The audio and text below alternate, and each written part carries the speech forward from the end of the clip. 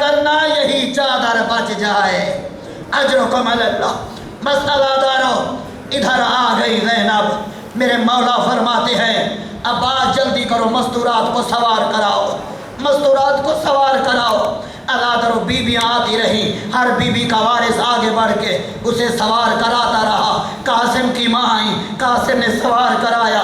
اکبر کی ماں آئی, اکبر نے سوار کرایا.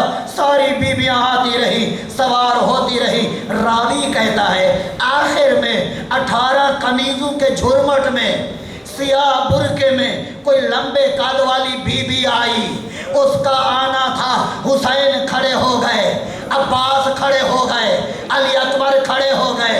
حسین فرماتے ہیں عباس جلدی جاؤ میری بہن کو سوار کراؤ.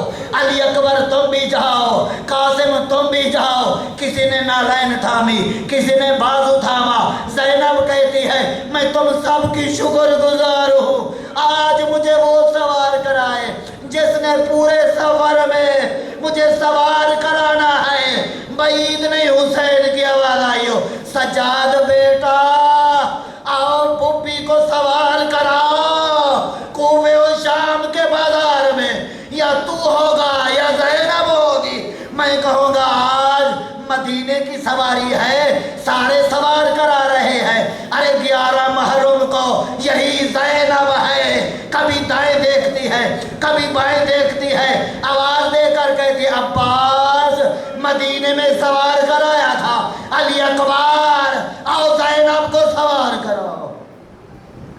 الا لعنت اللہ علی القوم الظالمین وسيعلم الذين ظلموا أي منقلب ينقلبون. ماتم حسین.